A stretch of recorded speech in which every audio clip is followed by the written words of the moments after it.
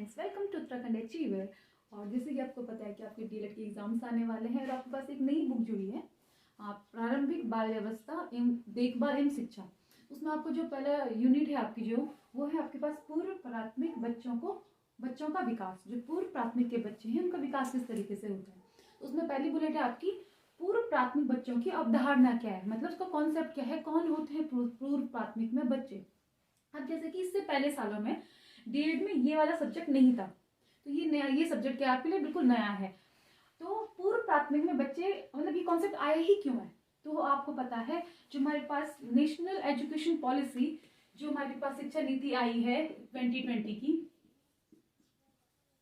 तो उसमें क्या होता, पहले जो कोठारी कमीशन आया था 63-64 में, और हमारे पास एनईपी आई थी 1986 की, वहां पे कॉन्सेप्ट आया था, वो था आपके पास 10+2+3, ये था फॉर्मूला आपके पास एजुकेशन सिस्टम का। लेकिन अब जो नई शिक्षा, मतलब जो हमारे पास नेशनल एजुकेशन पॉलिसी आई है, उसमें क्या दिया है कॉन्सेप्ट 5+3+3+4, जहां पे बच्चा क्या करेगा, पहले 5 साल पढ़ेगा। 5 साल में आपके पास आंगनबाड़ी के साथ साथ, जिसको हमने पूर्व प्राथमिक नाम दिया है, अभी देखेंगे हम नाम क्या दिया है, और उसमें से कक्षा 1 और कक्षा 2 पढ़ेगा। तो कक्षा 1 कक्षा 2 और पहले के 3 साल, 5 साल ये हो गए।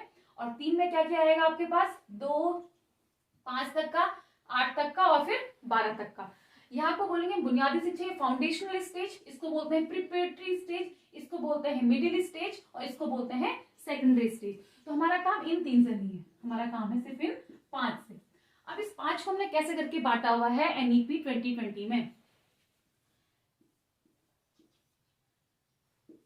सबसे पहले आप बोलोगे जो हमारे पास अभी होती कहां से, पूर्व प्राथमिक शिक्षा होती कहां से स्टार्ट, 3 से 6 साल तक, ठीक है, 3 से 6 साल तक जाएगी। और यहाँ पे हमने देखा है कि जो रॉस थे हमारे पास मनोवैज्ञानिक, उन्होंने कहा है कि 0, मतलब जैसे बच्चा जन्म लेता है और 6 साल तक हम उसको बोलते हैं शैशवावस्था। अब शैशवावस्था के बीच में हमारे पास क्या आ रही है, पूर्व प्राथमिक अवस्था आ रही है। वो कौन सी वाली है, 3 से 6 साल तक। हमारे मनोवैज्ञानिक बहुत सारे ये मानते हैं कि 90% विकास यहाँ तक क्या हो जाता है हमारे पास, इसमें हमारे पास शुरू हो जाता है या फिर होना स्टार्ट हो जाता है। जैसे भाषाई विकास के लिए बहुत अच्छी अवस्था है आपके पास, शारीरिक विकास के लिए ये अवस्था हमारे पास अच्छी है। इसके बाद सामाजिक विकास के लिए, सारे विकास के लिए क्या होती है, ये बहुत ज्यादा गोल्डन पीरियड होता है हमारे पास। तो यहाँ पे ध्यान देना बहुत जरूरी है बच्चों का। तो 3 से 6 साल क्या होगी, पूर्व प्राथमिक की अवस्था होगी। उसमें क्या किया, 3 से 6, मतलब 3 से 4 साल के बीच में बच्चा क्या करेगा, यहाँ पे हमारे पास स्टेज 1 अवस्था पहली, स्टेज 2 अवस्था दूसरी, स्टेज 3 को हम बोलते हैं बाल वाटिका, ठीक है, हमारे पास बाल वाटिका है। इसके बाद कक्षा 1 और कक्षा 2, तो ये आपके पास क्या आएगी, इसको क्या हमने क्या कहा है एनईपी में, फाउंडेशनल स्टेज का है।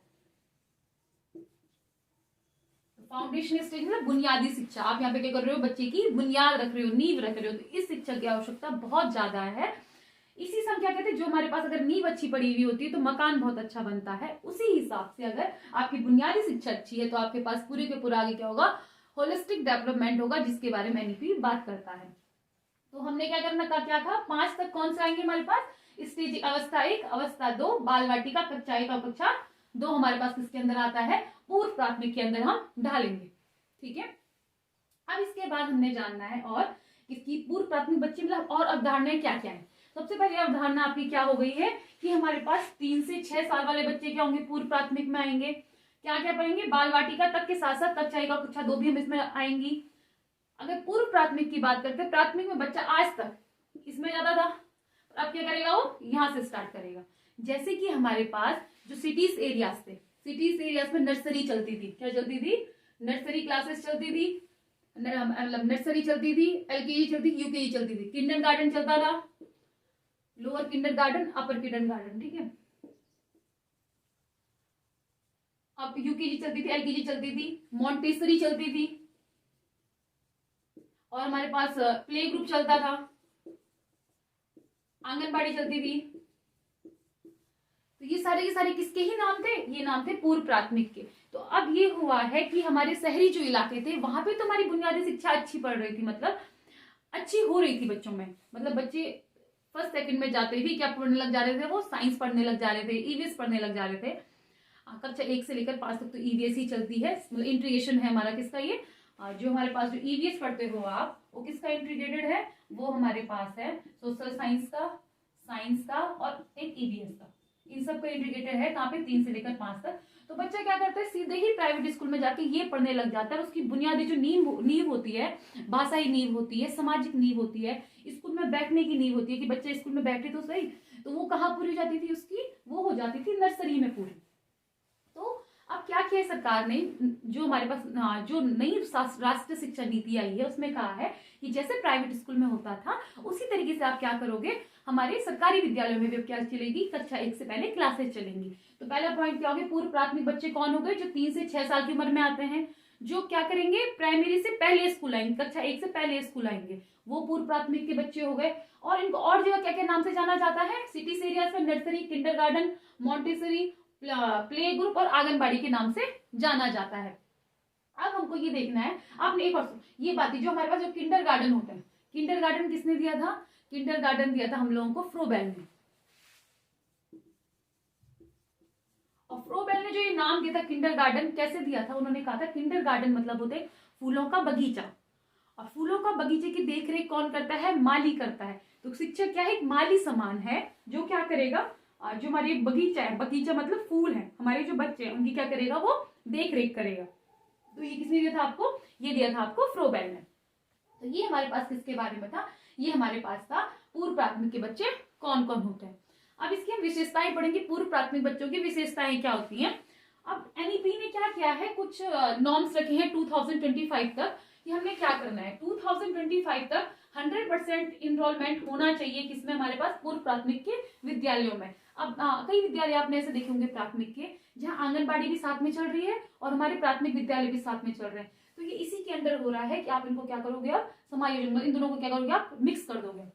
ठीक है। दूसरा उन्होंने कहा है कि कक्षा मतलब जो पूर्व प्राथमिक से और कक्षा 5 तक आप सिर्फ कौन सी लैंग्वेज ज्यादातर यूज करोगे इंस्ट्रक्शन के लिए, आप करोगे मातृभाषा का प्रयोग, जिसके बारे में एनसीएफ भी कहता है और जिसके बारे में जो पुरानी सारी शिक्षा नीति आई है हमारी, इसमें हमारे पास कमीशन आई होंगी जितने भी, सब कहते हैं मातृभाषा को ज्यादा जोड़ देना। ठीक है। और इसके बाद हमारे पास है जो लास्ट है, वो है कि पूर्व प्राथमिक से और 5 तक का आपको ऐसी पाठ्यचर्या तैयार करनी है जो आपके बच्चे को क्या करे, जोड़ के, मतलब आंगनबाड़ी को और प्राथमिक विद्यालय को जोड़ दे, मतलब आपके ये 3 कॉन्सेप्ट उसके बीच में आ जाए। अब हमारे पास नेक्स्ट है कि हम लोगों की इनकी विशेषता जानी है। अवधारणा जान ली है, अब इसकी विशेषताएं जाननी है, इन बच्चों की विशेषता होती क्या क्या है। सबसे पहली विशेषता, आपने देखा होगा कि ये बच्चे बहुत ज्यादा क्वेश्चंस पूछते हैं, मतलब जब हमारा बच्चा 3 से 6 साल में होता है बहुत ज्यादा क्वेश्चन पूछता है, उसके बाद भी उससे पहले भी बहुत ज्यादा क्वेश्चन पूछता है। इससे क्या पता चलता है, बच्चा बहुत ज्यादा जिज्ञासु होता है। तो मैं नॉर्मल में पूछ बोलूंगी कि जैसे कि हमारे घर के बच्चे ही होते हैं, अपने भांजे की बात करती हूँ, तो वो बहुत ज्यादा मतलब अलग से क्वेश्चन पूछता है, जैसे कि जो ये आग है वो इतनी गर्म क्यों होती है, तो मतलब लेवल के क्वेश्चंस होते हैं कि बता ही नहीं पा सकता कि ये ऐसा क्यों, रीजन। अब वही है, अगर हम बच्चे को अगर जवाब दे रहे हैं तो हम उसको बिल्कुल साइंटिफिक तरीके से नहीं जा सकते हैं कि CO2 वगैरह उसमें नहीं बता सकते, तो हमको उनके हिसाब से बताना होता है। तो वही बच्चा क्या होता है, बहुत ज्यादा जिज्ञासु होता है कि ऐसा क्यों हो रहा है। तो पहला क्या हो जाएगा, बच्चा क्या होता है, जिज्ञासु होता है। अब आपको पता है जो ये बच्चे होते हैं ये क्या करते हैं कि हर चीज में ना, कहीं पे भी आप देखोगे वो बैठा कहीं चुप नहीं रहेगा, वो क्या करता रहेगा, कुछ ना कुछ काम करता रहेगा हर टाइम पे, कभी अपने खिलौने को तोड़ेगा, कभी जोड़ेगा, कुछ लगा रहेगा वो काम पे, पर चुप नहीं बैठेगा, चाहे वो कहीं जाके कुछ गिरा रहा होगा पर कुछ ना कुछ करता रहेगा। तो इसका मतलब क्या होता है, बच्चे गतिशील होते हैं और क्या करते हैं, क्रियाशील होते हैं, गतिशील और क्रियाशील होते हैं।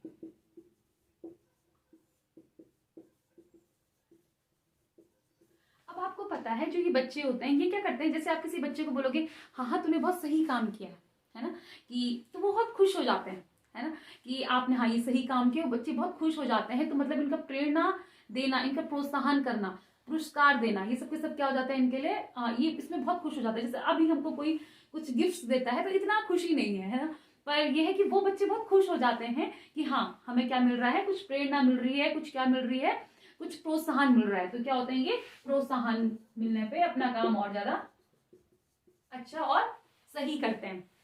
इसके बाद है चौथी विशेषता, ये अनुकरण करते हैं। जिसके बारे में BF स्किनर हो गए, हमारे सारे बिहेवियरिज्म हो गए, जो हमारे पास क्या होता है व्यवहारवाद है, व्यवहारवादी जितने भी हमारे पास मनोवैज्ञानिक हैं, वो कहते हैं कि बच्चा हर चीज और ज्यादातर चीजें किससे सीखता है, अनुकरण से सीखता है, फिर कंडीशनिंग से सीखता है। तो अनुकरण यहाँ पे है, तो अनुकरण से क्या करता है बच्चा, सीखता है कि जैसे उसके फादर क्या कर रहे होंगे, अगर शेव कर रहे होंगे तो वो देखेगा फादर शेव कर रहे हैं तो वो भी करने लग जाएगा, बच्चा भी करने लग जाता है। देखता है मम्मी अगर रोटी बना रही है तो वो भी रोटी बनाने लग जाता है। तो जो भी चीज देखता है वो क्या करता है, उसको अनुकरण करता है। तो बच्चे क्या होते हैं इस अवस्था में, ज्यादा क्या होते हैं, अनुकरणीय होते हैं। आप देखना बच्चे इसमें क्या होता है, आत्म केंद्रित होते हैं। क्या होते हैं, आत्म केंद्रित। आत्म केंद्रित का मतलब होता है, आत्म केंद्रित की बात आपको पता है जीन पियाजे ने भी कही है अपनी पूर्व सक्रियात्मक अवस्था में, कि बच्चे क्या होते हैं, आत्म केंद्रित होते हैं। अभी देखेंगे हम लोगों ने कि साइंटिस्टों ने, मतलब मनोवैज्ञानिकों ने इसके एस्पेक्ट्स में क्या क्या बातें कही है।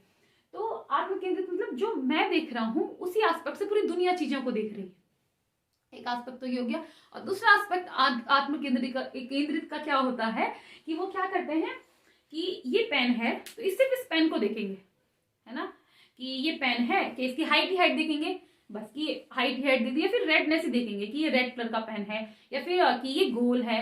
मतलब एक टाइम पे सिर्फ एक ही एस्पेक्ट देखते हैं और एस्पेक्ट नहीं देख पाते हैं। हम ये कह सकते हैं कि बच्चे का उस टाइम पे जो सोचते हैं वो बहुत ज्यादा विस्तार से नहीं सोच पाते हैं, इस कारण शायद वो सिर्फ एक ही एस्पेक्ट देखते होंगे।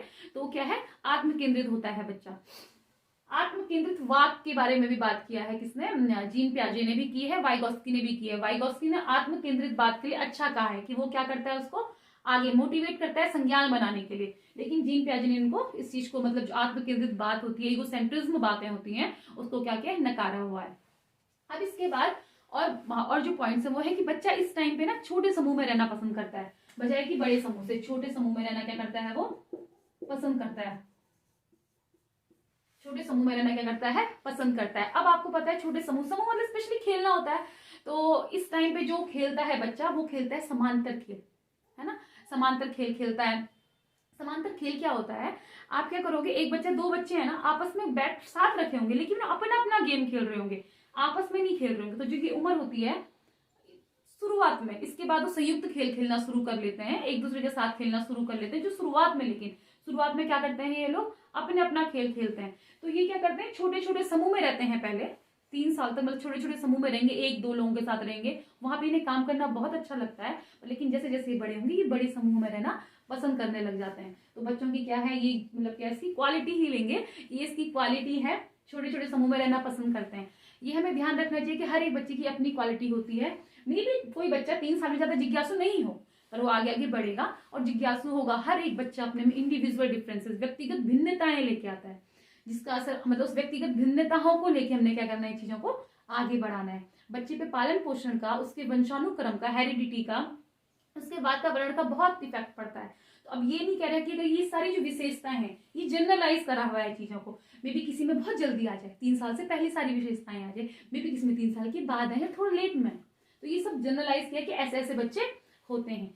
और अब जो नेक्स्ट है जीन पियाजे के हिसाब से भी, कि जो इस अवस्था में बच्चे क्या सीखते हैं, प्रत्यक्ष चीजों से ज्यादा सीखते हैं, क्योंकि उनका जो एब्स्ट्रैक्ट थिंकिंग होती है, जो उनकी अमूर्त चीजें हैं, उनकी थिंकिंग होती है, वो ज्यादा नहीं बढ़ी हुई होती है।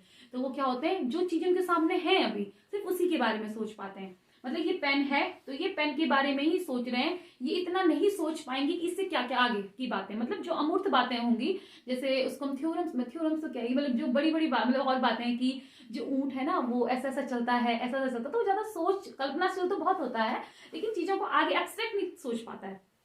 तो यहाँ पे बच्चा क्या होता है, प्रत्यक्ष चीजों से ज्यादा सीखता है, प्रत्यक्ष चीजों से क्या करता है, वो ज्यादा सीखता है। अब इस उम्र में बच्चा क्या होता है, कल्पनाशील भी बहुत अच्छा होता है। कल्पनाशीलता किशोर अवस्था में तो होती है, बहुत ज्यादा होती है, लेकिन यहाँ से, मतलब यहाँ पे भी बच्चा बहुत क्या होता है, बहुत क्रिया, मतलब कल्पनाशील होता है, चीजों के बारे में बहुत ज्यादा सोचता है कि ऐसा होगा तो ऐसा होगा, और कल्पनाशील होता भी है। और कैसे देख के पता चलता है, जैसे कि अगर आप अभी लिटिल सिंघम देख रहे हो, तो वो बिल्कुल सोच रहा है कि हाँ ऐसा कुछ होता है, वो आता है, मारता है। कल्पनाशील तो हम आज भी है, और कल्पनाशील होना बहुत अच्छी बात भी है, वो चीजों को हमें क्या करती रहती है, आगे के लिए मोटिवेट करती रहती है। तो बच्चे क्या होते हैं इस उम्र में, कल्पनाशील होते हैं।